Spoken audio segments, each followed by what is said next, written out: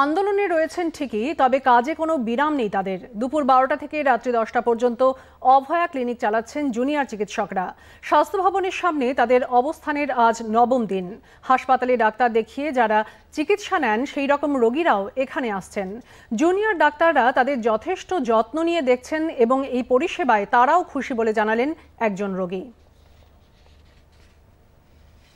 ভালো ভালো, খুব ভালো। আসলাম এখানে দেখালাম, এই ওষুধ খাচ্ছি আমি, এটা আমার চেক করলাম, ঠিক আছে এই ওষুধই খাবেন আপনি, কোনো অসুবিধা নেই। আপনার প্রেশার আপনার ঠিক আছে, আপনার প্রেশার নর্মাল আছে,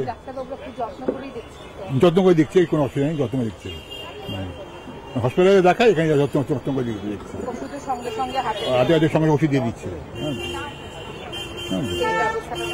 খুব ভালো, খুব ভালো।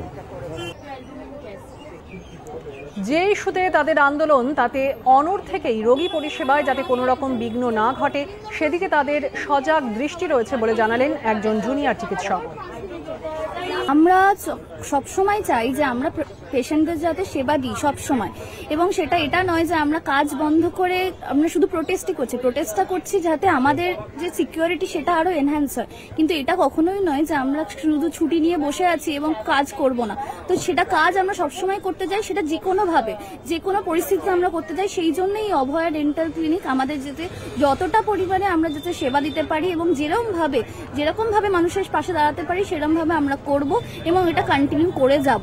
এবং আমাদের যতদিন এই প্রোটেস্ট চলছে বা যতদিন আমাদের আন্দোলন চলবে, কোনো পেশেন্ট যেন ফেরত না যায়, সেটা আমাদের যদি আমরা হসপিটালে আমরা না যাই, কিন্তু আমরা এখান থেকেও মানুষের সেবা করবই।